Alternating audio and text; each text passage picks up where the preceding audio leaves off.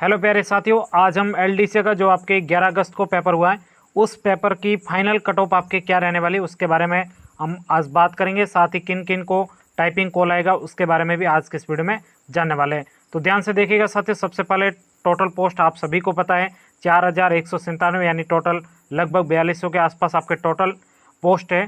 और general EWS OBC और ST की क्या क्या मेरिट रहने वाली है उससे पहले मैं आपको बता दूं, अभी आपको बहुत सारे जो मेरे साथी वो आपको कट ऑफ बताएंगे।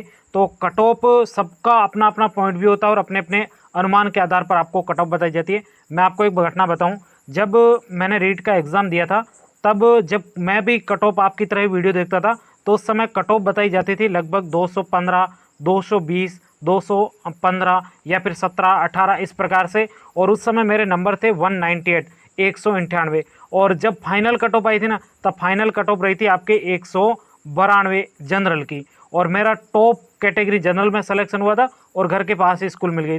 तो सबका अपना अपना पॉइंट भी होता है और कुछ बहुत ज़्यादा हाई बता जिससे बहुत सारे विद्यार्थी डिप्रेशन में आ जाते हैं। अब अच्छे नंबर लाने के बाद में उनको नहीं लगता कि मेरा सिलेक्शन होगा। तो आज हम एलडीसी के किन किन विद्यार्थियों को फाइनली तौर पर टाइपिंग के लिए कॉल आ सकती है और उसके साथ साथ में इसकी क्या मेरिट रहने वाली है अभी टाइपिंग कॉल के लिए। तो ध्यान से देखो, जनरल की जो आपके फाइनल टाइपिंग के लिए मेरिट रह सकती है वो आपके 128 से 130 के बीच में। एक बार आप मुझे कमेंट्स करके आप ज़रूर बताइएगा अपना अपना नंबर, आपका स्कोर क्या कह रहा है। उसके बाद में अगली बात करते हैं हम ईडब्ल्यूएस की।